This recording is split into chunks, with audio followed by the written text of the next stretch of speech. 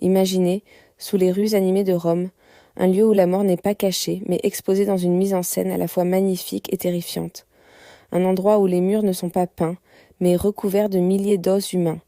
Ce lieu existe, c'est la crypte des Capucins, l'un des secrets les plus fascinants et les plus sombres de la ville éternelle.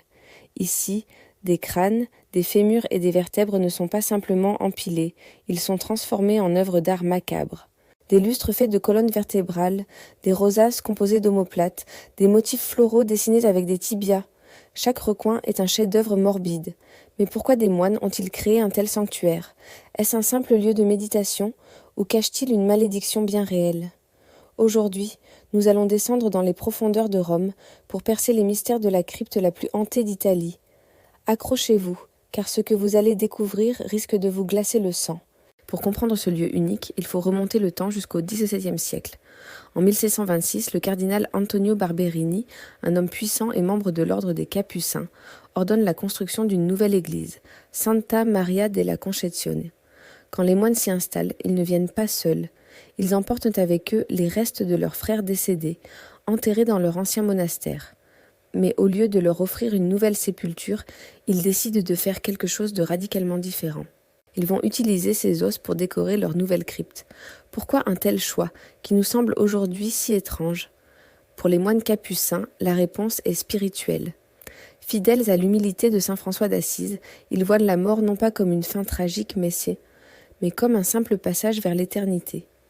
Les os sont un rappel constant et puissant de la brièveté de la vie sur terre. Ils symbolisent l'égalité de tous face à la mort. Que l'on soit riche ou pauvre, noble ou paysan, nous finissons tous de la même manière. Une plaque à l'entrée de la crypte résume parfaitement cette philosophie avec une phrase qui vous saisit dès que vous la lisez. Ce que vous êtes, nous l'étions. Ce que nous sommes, vous le deviendrez. C'est un avertissement, une invitation à réfléchir sur notre propre existence. Ce n'est pas une célébration de la mort, mais un hymne à la vie, qu'il faut vivre pleinement avant qu'elle ne s'achève. Ce qui frappe immédiatement en entrant dans la crypte, ce n'est pas le chaos, mais l'ordre. Ce n'est pas un simple ossuaire où les os sont jetés en vrac, c'est une œuvre d'art méticuleusement arrangée. La crypte est divisée en 6 petites chapelles, chacune avec son propre thème et sa propre atmosphère. Prenons la crypte des 3 squelettes. Ici, des motifs délicats, presque floraux, sont dessinés sur les murs et le plafond avec des os minutieusement assemblés. Au centre, 3 petits squelettes. Ceux d'enfants de la famille Barberini nous rappellent avec une force poignante la fragilité de la vie, même la plus jeune. Un peu plus loin, la crypte des tibias et des fémurs est dominée par un immense lustre entièrement composé d'os qui projette des ombres dansantes et inquiétantes sur les murs. On se sent observé, comme si des milliers d'yeux nous fixaient depuis l'au-delà. Puis il y a la crypte des bassins, où des centaines de bassins humains sont empilés, créant une structure qui ressemble à des ailes d'anges macabres. Au total, on estime que les restes de près de 3700 personnes décorent ces murs.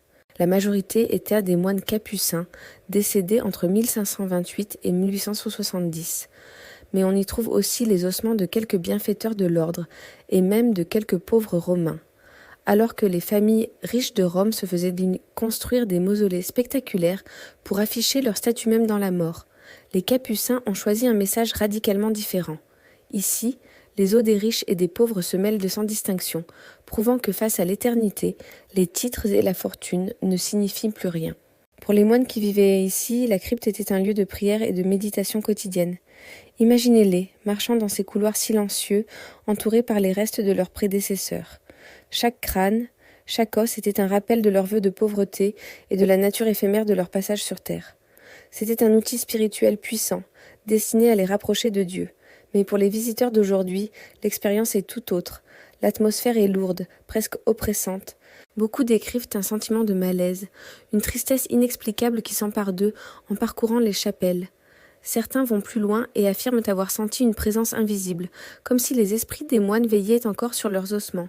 Cette sensation étrange a donné naissance à de nombreuses légendes. La plus célèbre raconte que quiconque oserait profaner le lieu en volant un os serait frappé par une terrible malédiction. L'histoire la plus souvent citée est celle d'un soldat américain pendant la Seconde Guerre mondiale. Fasciné et peut-être un peu trop téméraire, il aurait glissé un petit os dans sa poche en guise de souvenir. Quelques jours plus tard, il serait mort dans un accident tragique et inexplicable. Vraie histoire ou simple légende pour effrayer les touristes. Personne ne le sait vraiment. Mais ces récits ont forgé la réputation de la crypte, la transformant en un lieu à la fois sacré et maudit, un passage obligé pour les amateurs de frissons et de mystères à Rome. Alors, la crypte des Capucins est-elle vraiment hantée? Est-ce que des phénomènes paranormaux s'y produisent réellement? Descendre dans la crypte est une expérience sensorielle troublante. L'air est frais et humide, contrastant avec la chaleur de Rome à l'extérieur. Le silence est presque total, seulement brisé par les pas feutrés des autres visiteurs. Et puis, il y a ces ombres. La lumière tamisée projette les formes des os sur les murs, créant des illusions d'optique, des figures qui semblent bouger du coin de l'œil. Chaque crâne semble vous dévisager avec ses orbites vides. Chaque squelette, habillé de sa bure de moine, semble prêt à se lever. Il n'est pas surprenant que dans un tel environnement, l'imagination s'emballe. De nombreux visiteurs ont rapporté des expériences étranges. Certains parlent de chuchotements indistincts, qui sembleraient devenir des murs. D'autres jurent avoir vu un des lustres en os osciller doucement, alors qu'il n'y avait aucun courant d'air. Des témoignages parlent aussi de points froids inexpliqués, de sensations de frissons glaciales, même en plein été. S'agit-il d'hallucinations collectives provoquées par l'ambiance macabre et la puissance de la suggestion? Ou bien les esprits des milliers de moines qui reposent ici sont-ils toujours présents, cherchant à communiquer avec les vivants? C'est ce doute permanent, ce mélange de fascination spirituelle et de peur primale, qui rend la crypte des Capucins si unique. Ce n'est pas seulement un musée d'ossements, c'est un lieu qui vous interroge, qui vous dérange et qui vous marque bien après votre visite. Que vous soyez croyant, sceptique, amateur d'art ou de sensations fortes, la crypte des Capucins ne laisse personne indifférent. C'est un voyage au cœur de la condition humaine, un face-à-face brutal avec notre propre mortalité. En sortant de l'obscurité de la crypte pour retrouver la lumière et l'agitation de Rome, on ne voit plus la vie de la même manière. On prend conscience de la chance que l'on a d'être en vie, de respirer, de marcher sous le soleil. La crypte nous rappelle que chaque instant est précieux.